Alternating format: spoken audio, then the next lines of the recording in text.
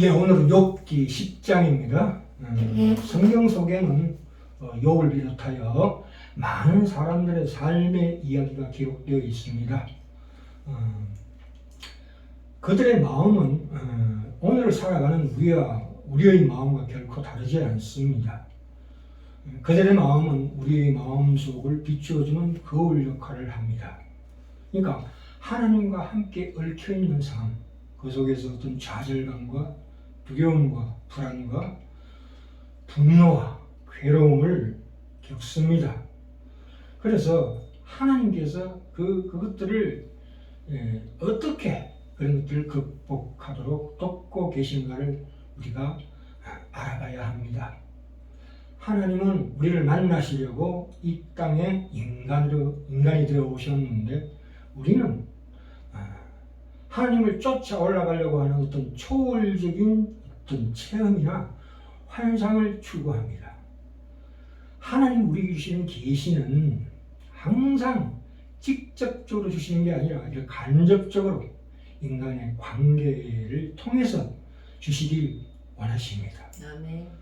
시간과 공간 속에서 매일매일의 삶을 통해서 이 하나님께서 우리에게 주시는 계시는 참으로 귀합니다.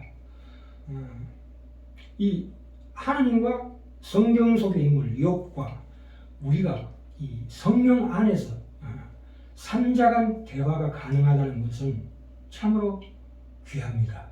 아멘. 성령으로 말미암아 이 성경을 읽는 과정에서 이 욥 안에서 하나님을 만날 수가 있습니다.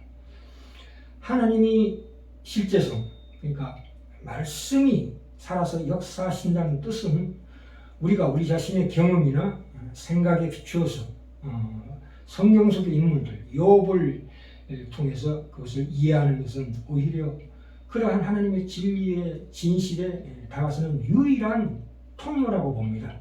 다른 것으로는 도저히 대체할 수가 없습니다. 그래서 하나님께서는 지금도 예수 그리스도의 얼굴을 통해서 하나님의 영광을 아는 빛을 욥과 우리 마음에 비추고 계십니다.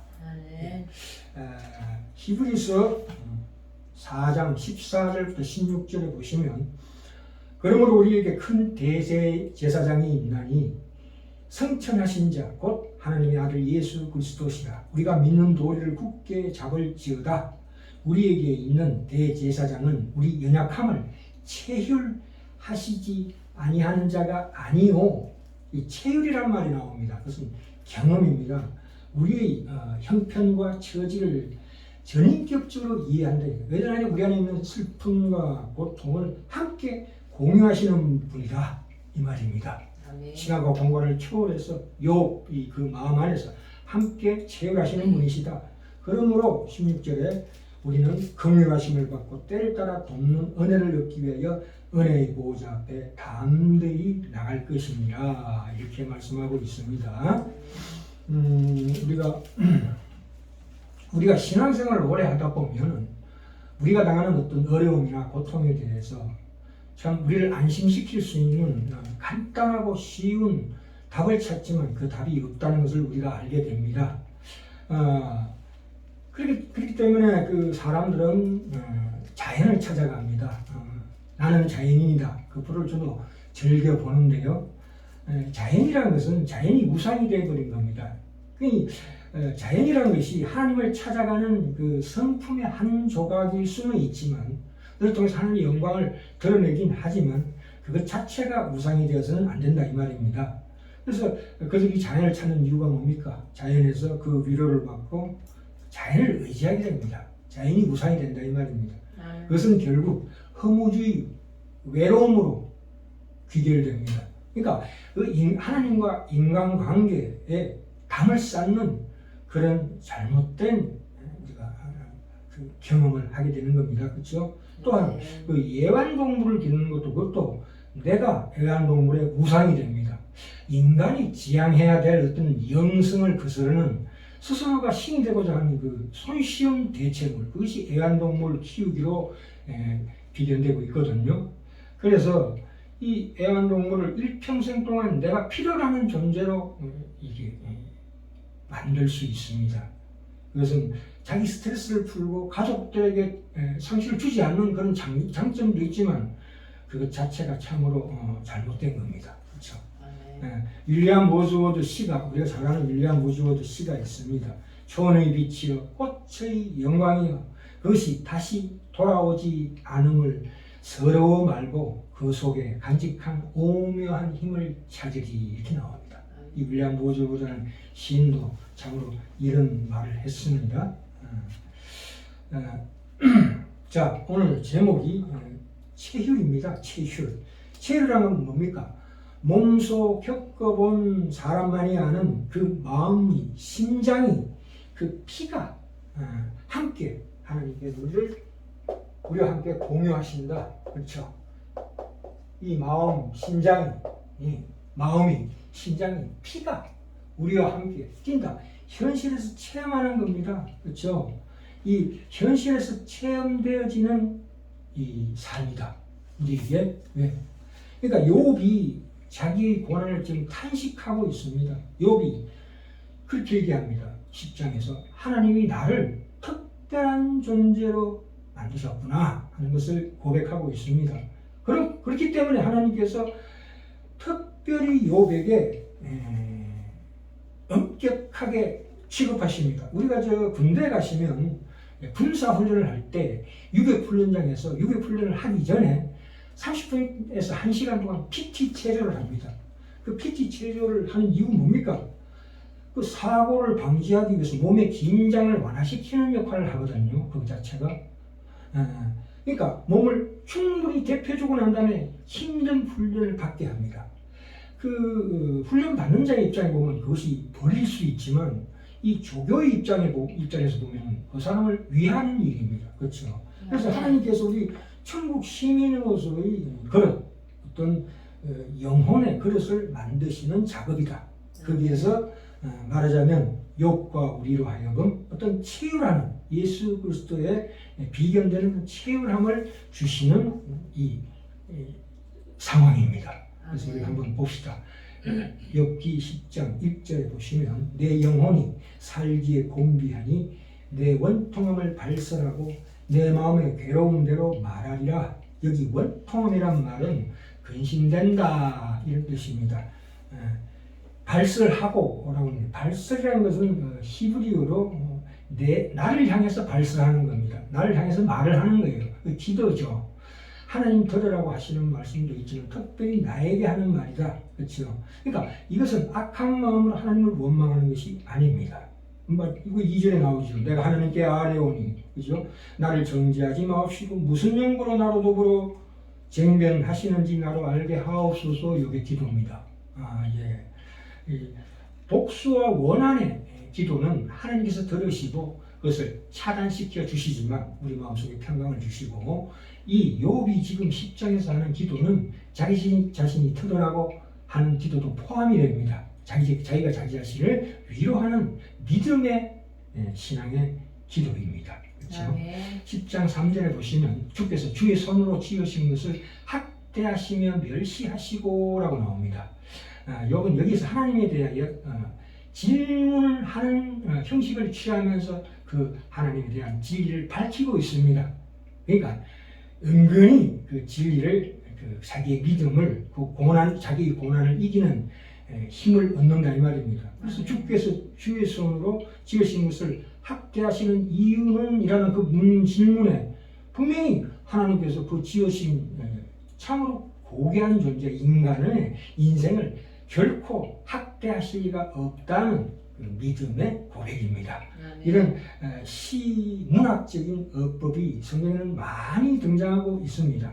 그리고 악의 옆에 하반절에 10장 3절 악인의 꾀에 빛을 비치시기를 선히 여기시나이까.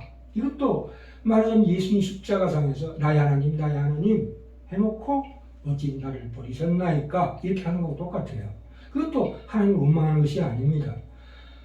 그러니까 예수님이 하나님으로부터 죄인의 대속을 위하여 본인이 버림받음을 당하셨다는 그 인간적인 신앙적으로 말씀하신 것 뿐입니다. 마찬가지로 욥도 그거죠. 그래서 야고보서 5장 11절에 특별하게 욥을 들어서 보라, 인내하는 자를 우리가 복되다 하나니 너희가 욥의 인내를 들었고 주께서 주신 결말을 보았거니와. 그렇죠. 욥기 38장에서 42장에 그 결말이 나옵니다. 주는 가장 자비하시고 긍휼히 여기시는 자신이라 이렇게 나옵니다. 그래서 악인의 꾀에 빛을 비추시길 선히 여기시나이까 이렇게 얘기하는 것도 우리가 악인들이 아니 욥이라는 의인이 저렇게 고난을 당하는 거 보니까 도리어 기뻐할 것 같은 그런 염려가 든다. 그것을 탄식하는 것 말이죠. 그러니까 궁극적으로 하나님을 원망하는 것이 아니고 장차 지금 내가 고난을 받고 있지만 하나님의 공평한 처사가 나타날 것이라는 기대하는 하나님을 바라보는 믿음입니다. 10장 4절부터 7절 볼까요? 주의 눈이 육신의 눈이니까 주께서 사람의 보는 것처럼 보시리까 이렇게 또 얘기하고 있습니다. 하나님께서 그러니까 하나님이 내게 주시는 고난이 너무 지나치게 심각하다는 뜻입니다. 하나님께서 왜 이렇게 육신의 눈으로 살펴보는 것처럼 이 오랜 시간 동안 하나님께서 나를 굳이 그렇게 점검하실 필요가 뭐가 있습니까? 하나님의 지혜로는 얼마든지 나를 잘 아실 텐데 이렇게 얘기하고 있습니다. 그렇죠? 그러니까 하나님 같은 지혜로우신 분이 지혜가 충만하신 분이 나를 굳이 이렇게 고난으로 몰아낼 필요가 뭐가 있겠는가로 탄식합니다. 그렇게 함으로써 그 마음속에 위로를 받습니다. 결코 하나님께서 사람처럼 그렇게 나를 점검하고 심사하실 리가 없다는 그 믿음의 고백입니다. 자기가 자신에게 말을 하고 그 위로를 받습니다. 그 기도를 통해서 하나님께 아뢰며 동시에 자기 자신에게도 위로를 주는 것입니다. 이것이 진정한 기도예요. 그리고 주께서는 내가 악하지 않은 줄 아시나이다. 그렇죠. 7절 상반절에 나오죠. 주께서는 내가 악하지 않은 줄 아시지 않습니까? 또한 주의 손에서 나를 벗어나게 할 자도 없나이다. 7절 하반절에 그죠? 하나님의 어떤 전지전능하시고 무소불능하심을 믿는 신앙의 고백입니다. 이 시적인 어법으로 탄식하는 것뿐입니다. 그것이 하나님께 대한 불평이나 낙심으로 가진 않습니다. 그러니까 이런 표현을 통해서 하나님의 궁극적인 구원의 소망을 나타내는 것이라고 볼 수 있습니다. 10장 8절 가볼까요? 주의 손으로 나를 만드사 백체를 이루셨거늘. 이 백체라고 하는데 이 백자라는 것은 이 몸체에다가 일백 백자를 씁니다. 그래서 이 한자 말인데 이제 나를 멸하시나이다. 기억하옵소서. 주께서 내 몸 지으시기를 흙을 뭉치듯 하셨거늘 다시 나를 티끌로 돌려보내려 하시나이까 이렇게 묻고 있습니다. 그렇죠. 자기를 지으시니까 하나님이시는데 하나님이 자기를 멸하시겠는가? 그 자기의 당면한 이 고난을 하나님께서 제거해 주시기를 믿음으로 호소하고 있습니다. 그러니까 주의 손으로 나를 만드사 백체를 이루셨거늘. 이 백체란 말은 전체적으로 완전하게 만드셨거늘 이렇게 우리가 이해하시면 됩니다. 하나님께서 인간을 이렇게 신매를 기울여서 훌륭하게 지으셨다 이 말입니다. 그러므로 하나님께서 그렇게 귀하고 존귀하게 지은 이 그릇을, 이 인간을 결코 멸망시킬 이유가 없지 않느냐 그 말입니다. 그래서 2장 10절에 나오지요. 욥의 고백이 우리가 하나님께 복을 받았은즉 재앙도 받지 않게 하시겠는가. 하나님께서 그릇을 만드실 때 분명히 잘라내야 될 뭐가 있을 것 같다는 그런 신앙의 고백입니다. 주께서 내 몸 지으시기를 흙을 뭉치듯 하셨다는 말씀 9절에 주께서 나를 젖과 같이 쏟으셨으며 엉긴 것처럼 엉기게 하셨다는 말씀 10절도 마찬가지입니다. 인간은 결코 자기 육체를 볼 때 흙이죠. 흙으로 지었기 때문에 그건 물질입니다. 그렇기 때문에 인간은 자기 육체를 볼 때 결코 교만할 수 없다는 것을 보여주고 있습니다. 또한 그와 동시에 인간은 자기 몸을 또한 천대할 수가 없습니다. 그 이유는 이 천한 몸을 만드신 이가 하나님이시기 때문입니다. 그렇죠? 우리가 이제 세상에 그 고행을 강조하는 그런 종교들이 있습니다. 그게 세상의 초등 학문입니다. 몸을 벗어나서 어떤 초월적인 것만 가르치는 것. 하나님, 사람의 뜻과 그 가르침. 이 자의적 숭배에서 겸손과 몸을 괴롭게 하는 게 있습니다. 그것은 우리에게 아무 유익이 조금도 없다고 분명히 골로새서 2장 23절에 나옵니다. 이 하나님은 하늘의 보화, 그것을 우리 몸에 두시기를 원하십니다.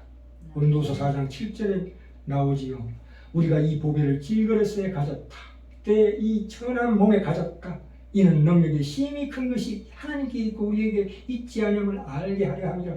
야, 대단한 말씀 아닙니까? 왜 하나님께서 이 천한 몸을 흙으로 지으셨지만 그렇게 정성대로 지으신 이 몸에 보배를 주셨다. 예수 그리스도의 보배를 주셨다 이 말입니다.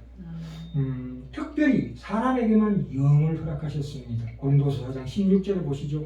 그러므로 우리가 낙심하지 아니하노니 그 사람은 후패하나, 그렇죠. 우리 속은 날로 새롭도다. 이브리서 12장 9절에도 하나님이 우리를 가리켜 하나님을 가리켜 모든 영의 아버지라고 말씀하고 있습니다. 우리가 고린도서 12장 10절에 나오죠. 우리 육신으로. 그러므로 내가 그리스도를 위하여 약한 것들, 나의 약한 것들과 내 몸이 당하는 능욕과 궁핍과 핍박과 곤란을 기뻐하노니 이는 내가 약할 그때 곧 강함이니라. 이렇게 이야기하고 있습니다. 고난 중에도 우리가 이 인간에 대해서 특별한 치료를 하고 계시는 이 하나님을 아는 욥으로서는 고난 중에서도 소망을 가질 수 있다 이 말입니다. 시편 100편 3절에 여호와가 우리 하나님이신 줄 너희는 알지어다. 그는 우리를 지으신 자시요 우리는 그의 것이니 그의 백성이요 그의 기르시는 영이요 양이시니라. 영과 양이 일맥상통합니다. 영이며 양이다. 예. 10장 13절 가볼까요? 그러한데 주께서 이것들을 마음에 품으셨나이다. 이 뜻이 주께 있는 줄을 내가 아나이다. 그러니까 무슨 얘기냐면 욥이 스스로가 의로울지라도 역시 계속적으로 어떤 재앙과 재난을 주실 것이라는 내용입니다. 자, 10장 14절 17절 볼까요? 14절에 내가 범죄하면 주께서 나를 죄인으로 인정하시고 내 죄악을 사유치 아니하시나이다.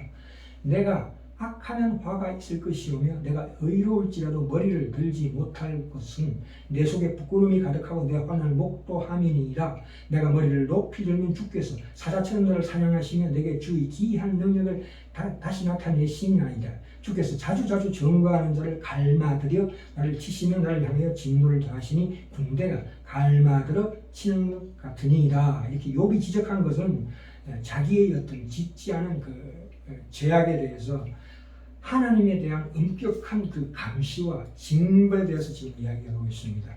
여기서 범죄라는 것은 일반적인 범죄를 얘기하고 있습니다. 중대하지 않는 범죄란 말입니다. 하나님께서 인간의 범죄를 죄악으로 인정하시지 않으신다면 그것은 그의 성결을 무시하시면 되는 거예요. 그러니까 우리를 감시하고 징계하고 징벌하고 하는 이유는 뭐냐? 우리를 성결케 하시기 위해서 그렇게 하신다 이 말입니다. 그렇죠?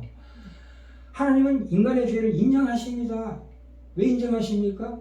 그렇기 때문에 하나님의 성결하시고자 하는 그 손길을 우리가 알 수가 있다 이 말입니다. 인간의 죄가 있기 때문에 하나님의 성결하심을 우리가 받을 수 있다 이 말입니다. 죄가 없으면 성결하심 받을 수 있는 기회가 없어지는 거죠. 그 얘기예요 지금. 참으로 깊은 얘기입니다.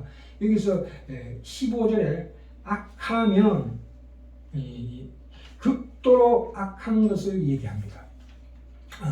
그리고 내가 비록 의로울지라도 하나님께서는 머리를 들지 못하도록 계속적으로 환난을 보내셔서 나를 괴롭힌다 이 뜻인데 이게 뭐라고 나옵니까?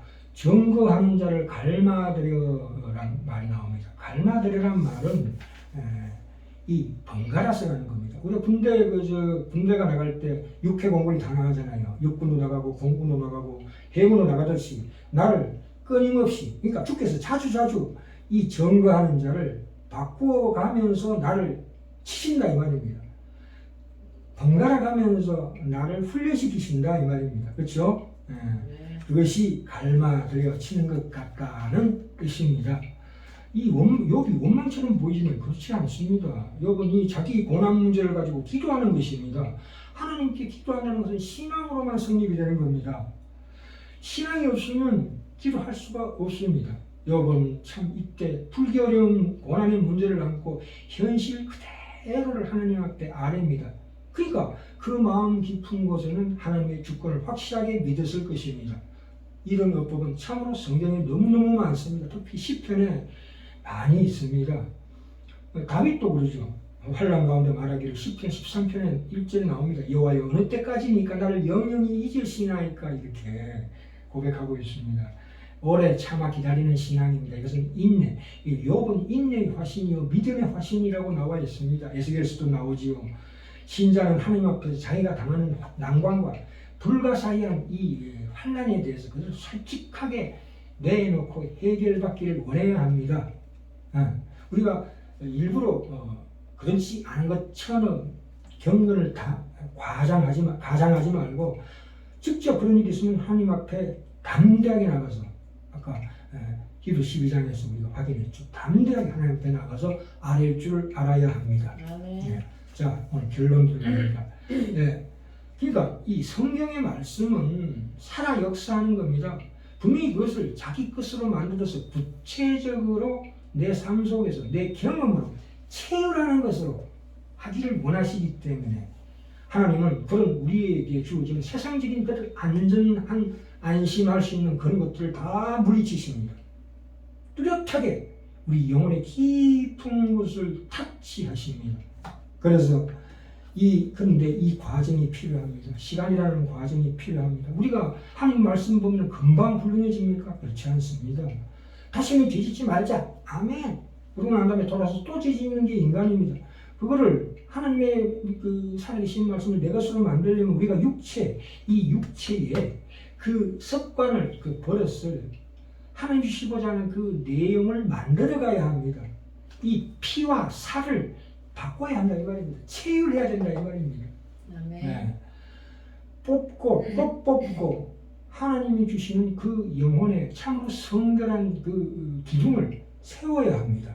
그래서 우리가 항상 울고 불고 실패하고 포기하고 또한 타협하다가 돌아서고 하면서 그러나 하나님께서 끝까지 나를 잡으시고 안 놔주시기 때문에 어쩔 수 없이 갈 수밖에 없는 길을 하나님께서 만들어 가신다 이 말입니다.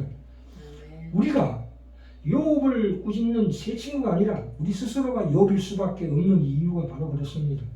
욥을 하나님께서 끝까지 놓지 않으시고 결국 욥이 항복합니다.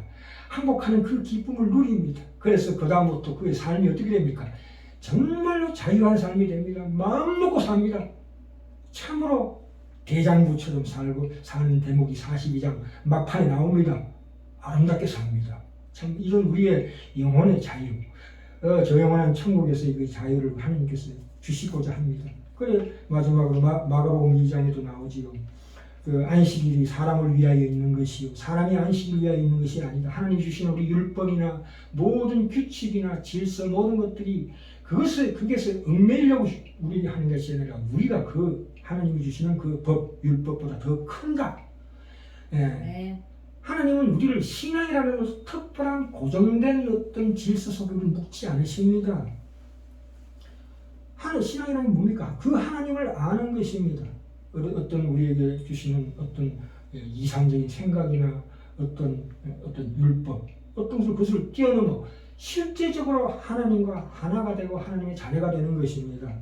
우리 모두가 그 가운데서 그 사이에서 어떤 발버둥과 한숨과 어떤 조마조마한 두려움과 자책감이 있을 수 있습니다. 그러나 세상이 주는 그 안전을 뿌리치고 드디어 하나님과 함께 손을 잡는 하나님의 씨름에 들어감으로 말미암아 우리의 영광된 존귀한 삶의 그 본체를 우리는 체험하게 됩니다. 체휼하게 됩니다. 우리 다시 한번 말씀드립니다. 아무 생각이 없고 편안하면 그만이다. 천만의 만만의 존재입니다. 나는 다른 존재입니다. 하나님의 존재입니다. 그러니까 항상 마음속에 각오를 새기시고 자부심을 가지시고 대장부처럼 허리를 묶는